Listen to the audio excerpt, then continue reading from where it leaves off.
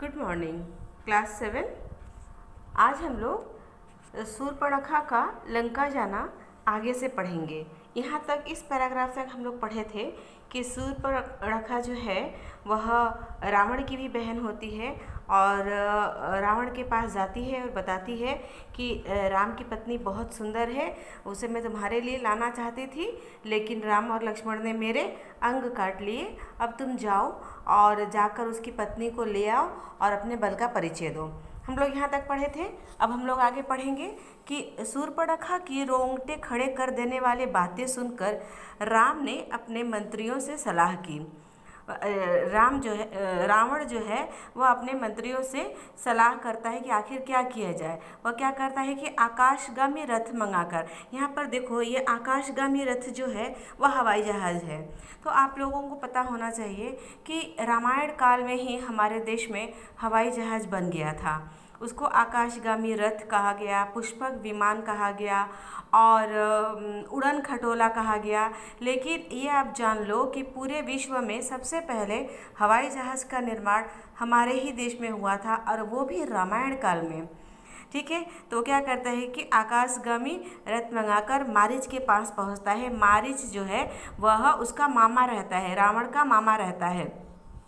उसने वो क्या करता है कि राम के द्वारा राक्षसों तथा खर दूषण के मारे जाने की पूरी बात बताकर एक प्लानिंग करता है। कहता है कि सीता हरण कर ली जाए, सीता हरण करना चाहता है। रावण बोला कि हे निशाचर, तुम महाबली हो, तुम अपने माया शक्ति के बल पर तरह तरह के रूप धारण कर लेते हो। तुम सोने के मृग का रूप धारण कर राम की कुटिया के आसपास घूमो। विचित्र हिरण देखकर सीता जब तुम्हें पकड़ने को कहेगी तो तुम दोनों भाइयों को दूर ले जाना। हाँ, मैं इस बीच सीता का हरण कर लूँगा। पत्नी के वियोग में राम स्वयं ही निर्बल हो जाएंगे तथा मैं उन्हें सहज ही पराजित कर दूँगा। ठीक है, रावण ये प्लानिंग करता है मारीच से कि तुम सोने का हिरण बनकर उनकी कुटिया के आसपास घूमो। सीता जब तुमको पकड़ने के लिए कहेगी तो राम तुम्हें पकड़ने के लिए जाएंगे, तब सीता जब अकेली होगी तो मैं सीता को किडनैप कर लूँगा, हर ले जाऊँगा और उसके बाद से राम अपने आप कमज़ोर हो जाएंगे, मैं राम को हरा सकूँगा। मारीच जो है पहले इस रावण की इस बात को सुनकर वह पहले बहुत कांप उठता है। उसने राम की वीरता का वर्णन करते हुए रावण से प्रार्थना किया कि यह विचार त्याग दे। वह जानता था चूँकि कि राम बहुत वीर हैं, तो वह रावण से कहता है कि तुम इस तरह का विचार त्याग दो, नहीं तो राम के क्रोध में समस्त लोक ही राक्षस विहीन हो जाएगा। कहा कि अगर तुमने ऐसा काम किया तो राम को गुस्सा आ गया तो इस पूरी धरती के राक्षसों को मार डालेंगे, माने राक्षसों का पूरा वंश नष्ट हो जाएगा। तो वो बोलता है कि रावण, मैं राम से अत्यंत भयभीत हूँ। खर ताड़का आदि का वध करने वाले साधारण पुरुष नहीं हो सकता। मेरे सामने राम की चर्चा ना करो, इस कार्य में मैं तुम्हारा साथ नहीं दे सकता। तो सुनकर ना रावण को बहुत गुस्सा आया। तो उसने क्या किया कि मारीच को धमकाना शुरू किया। उसने मारीच को तरह तरह से धमकाना शुरू किया। कहा कि अगर नहीं मेरी मदद करोगे तो मैं तुम्हें मार डालूंगा। तो मारीच सोचता है कि अगर मैं रावण की मदद करता हूँ तो राम मुझे मार डालेंगे, और अगर मैं राम की मदद करता हूँ तो रावण मुझे मार डालेगा।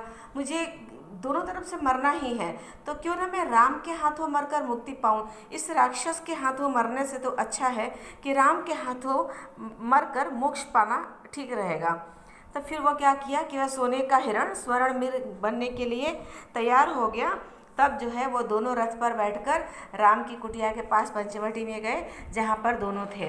अब क्या करता है कि मारीच जो है वह सोने का मृग का रूप धारण कर लेता है तथा राम की कुटिया के आश्रम के द्वार पर घूमने लगता है। उस मृग की देह कांतिमय तथा रत्नमयी सी दिखाई देती थी। वह मृग आश्रम को प्रकाशित करता हुआ केले के बगीचे में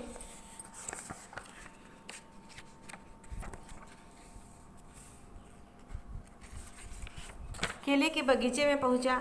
उसने जिससे सीता की दृष्टि उस पर पड़ सके।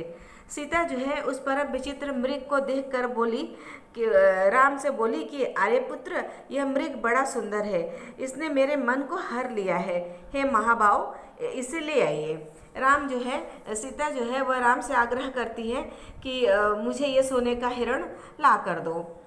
राम सीता की बात न टाल सके, वे बोले, लक्ष्मण मैं इस मृग को लाने जा रहा हूँ, तुम सीता की रक्षा करना तथा राक्षसों से सावधान रहना।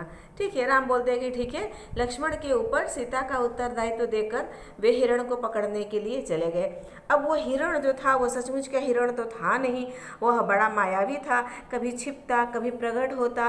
राम को वह आश्रम से बहुत दूर लेकर चला गया। राम ने धनुष के एक तीक्ष्ण बाण मृग को मारा। राम जो है वह बहुत दूर राम को लेकर चला गया। वहाँ पे राम जो है वह एक तीर हिरण को मारते हैं।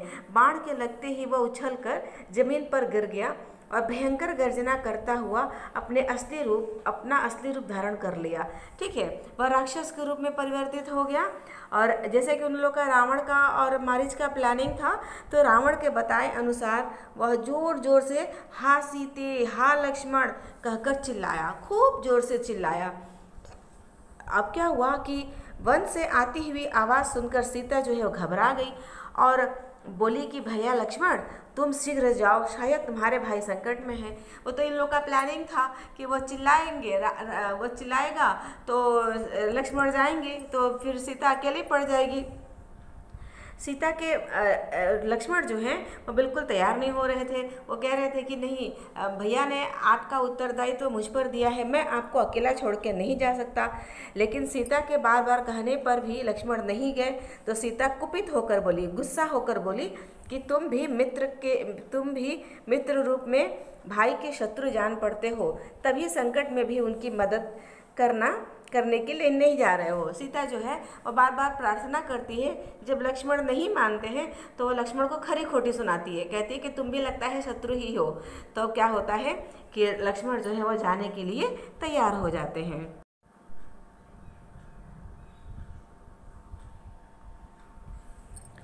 लक्ष्मण ने सीता जी को समझाया कि वे चिंता ना करें। वे बोले, माता, मनुष्यों, गंधर्वों, राक्षसों सभी में राम के समान सूरवीर कोई नहीं है, आप चिंता ना करें।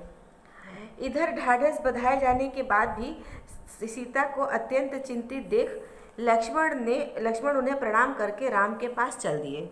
ठीक है, अब राम जो है लक्ष्मण जो है वह आप लोग जानते होंगे कि लक्ष्मण जब जाने लगे तो राम के सीता के चारों तरफ जो है वह एक लक्ष्मण रेखा खींच कर गए। वह ऐसा रेखा था जो भी कोशिश करेगा उस रेखा को पार करने की वह जलकर भस्म हो जाएगा, तो उसी को लक्ष्मण रेखा कहा जाता है। लक्ष्मण जो है वह एक रेखा खींच कर जाते हैं पूरे चारों तरफ गोल के, और सीता को कहते हैं कि आप कुछ भी हो जाए आप इस रेखा के बाहर मत निकलिएगा, जब तक आप रेखा के अंदर हैं तब तक आप सुरक्षित हैं।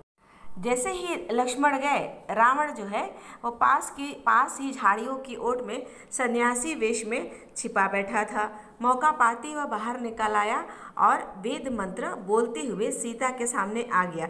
देखो, मैं तुम लोगों को पहले भी बताई हूँ कि रावण जो है वह बहुत विद्वान था, पढ़ा लिखा था, शिव का परम भक्त था, तो इसलिए वह वेद मंत्र बोलते हुए सीता के सामने आ गया और सन्यासी समझकर सीता ने उसका उचित सत्कार कर बैठने को आसन दिया। तब वह रावण ने अपना असली परिचय बताकर सीता से अपने साथ चलने को कहा। ठीक है, रावण जो है वह अपना असली रूप में आ जाता है और कहता है कि तुम मेरे साथ चलो। सीता ने राम के बल पौरुष का वर्णन कर रावण का तिरस्कार किया। सीता जो है रावण को एक फटकार लगाती है। रावण ने क्रोधित होकर विशाल रूप धारण किया और सीता को उठाकर आकाशयान से चल दिया। ठीक है, क्या हुआ यहाँ पर देखो, बुक में लिखा हुआ है कि वो इस तरह से हरण करता है, लेकिन एक्चुअली वाल्मीकि रामायण में और रामचरितमानस में लिखा हुआ है कि वह सन्यासी के रूप में भिक्षा मांगता है। उस घेरे को वह लक्ष्मण के खींचे गए घेरे को वह पार करने की कोशिश करता है, लेकिन वह उससे अग्नि निकलने लगती है तब वह सोचता है कि हम तो इसमें जलकर भस्म हो जाएंगे, तो वह सीता से भिक्षा मांगता है। सीता रेखा के अंदर से उसको भिक्षा देती है। तो वह कहता है कि मैं बंधा हुआ भिक्षा नहीं लेता हूँ, अगर आप मुझे भिक्षा देना चाहती हैं तो आप इस रेखा से बाहर आकर मुझे भिक्षा दीजिए। तो सीता जो है वह उस रेखा को पार कर कर ज्यों ही उसको भिक्षा देने लगती है, त्यों ही रावण जो है वह सीता को पकड़ लेता है और पुष्पक विमान में बिठा के उसको लेके चल देता है। सीता जो है हे राम पुकारने लगी। वे वन के वृक्षों, पशु पक्षियों से निवेदन करने लगी कि वे उनके स्वामी को शीघ्र सूचना दे कि लंका का राजा रावण उनकी सीता को बलपूर्वक हर कर ले गया है। सीता जो है वह वन के पेड़ पौधों सबसे प्रार्थना करने लगी कि जल्दी से राम को खबर दो। तब तक रावण जो है वह सीता को लेकर जा रहा था। तभी सीता ने वृक्ष पर बैठे गिद्धराज जटायु को देखा। वे सीता के करुण विलाप को सुनकर जाग गए। उन्होंने रावण को युद्ध के लिए ललकारा। जटायु ने रावण का कवच काट डाला और बार बार आघात कर उसे घायल कर दिया। जटायु जो कि दशरथ के मित्र थे और राम को कहे थे कि वह उसे पिता के समान ही समझे, तो यहाँ पर जटायु जो है वह रावण को बाधा देते हैं सीता को हर ले जाने में, और वे रावण को घायल कर देते हैं।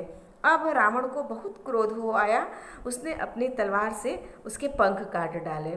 ठीक है, जटायु का पंख काट डाला। सीता विमान में रोती विलाप करती जा रही थी। उन्होंने विमान से नीचे देखा कि एक पर्वत पर कुछ बंदर बैठे हैं।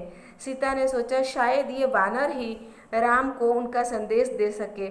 ऐसा सोचकर उन्होंने अपने आभूषण पोटली बनाकर नीचे डाल दिए। ठीक है, वहाँ पर एक पर्वत पर देखी कि कुछ बंदर बैठे हुए हैं, तो वह अपने गहनों की पोटली जो है वह डाल देती है।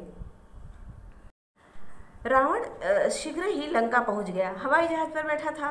ठीक है, पंचवटी यानी कि नासिक, बम्बई, और वह वहाँ से लंका पहुंच गया। वहाँ सीता को अपना महल और अंतःपुर दिखाते हुए बोला, सीता, यह सारा राज्य मैं तुम पर अर्पित करता हूँ। तुम मेरी भार्या बनकर इन सब की स्वामिनी बनो। भार्या मतलब पत्नी। कह रहा है कि मैं सारा धन दौलत मैं तुमको समर्पित करता हूँ, बस तुम मेरी पत्नी बन जाओ। रावण की ऐसी बातें सुनकर सीता ने धिक्कारते हुए रावण से कहा, रावण, अब तेरा विनाश निश्चित है। रावण ने क्रोधित होकर कहा कि मैं तुम्हें 12 महीने का समय देता हूँ। यदि तुम स्वेच्छापूर्वक मेरे पास नहीं आओगी तो मैं तुम्हारा वध कर दूंगा। ठीक है, वह रावण जो है वह सीता को 1 साल का समय देता है और कहता है कि 1 साल के अंदर अगर तुम मेरी पत्नी नहीं बनी तो मैं तुम्हें जान से मार डालूंगा। उस रात ब्रह्मा जी की आज्ञा से इंद्र देवता तथा निद्रा देवी लंका आए। ब्रह्मा जी ने आज्ञा दिया तो इंद्र और निद्रा देवी लंका आए। निद्रा देवी ने समस्त राक्षसों को सुला दिया। इंद्र ने सीता से कहा, हे जनक नंदिनी, इस खीर के खाने से तुम्हें हजारों वर्षों तक भूख प्यास नहीं सताएगी। सीता ने खीर ग्रहण की तथा इंद्र के मुख से राम लक्ष्मण की कुशलता जानकर संतुष्ट हुई। ठीक है, आया समझ में कि सीता को पास जो है वह निद्रा देवी आती है और इंद्र देव आते हैं। निद्रा देवी जो है वह सारे राक्षसों को सुला देती है और इंद्र जो है वो उन्हें एक खीर का कटोरा देते हैं। कहते हैं ये खीर खा लो, ये जो तुम खीर खाओगी तो तुमको कभी भी भूख नहीं, हजारों वर्षों तक अगर तुम नहीं भी खाओगी तो तुम जिंदा रहोगी, तुम्हारा पेट भरा रहेगा। तो इससे क्या हुआ कि सीता जो है वह उस खीर को ग्रहण करती है और उनके मुंह से राम और लक्ष्मण के बारे में जानकर, कुशलता जानकर संतुष्ट हो जाती है। ओके चिल्ड्रेन, आज बस यहीं तक कंप्लीट करते हैं। Thank you class.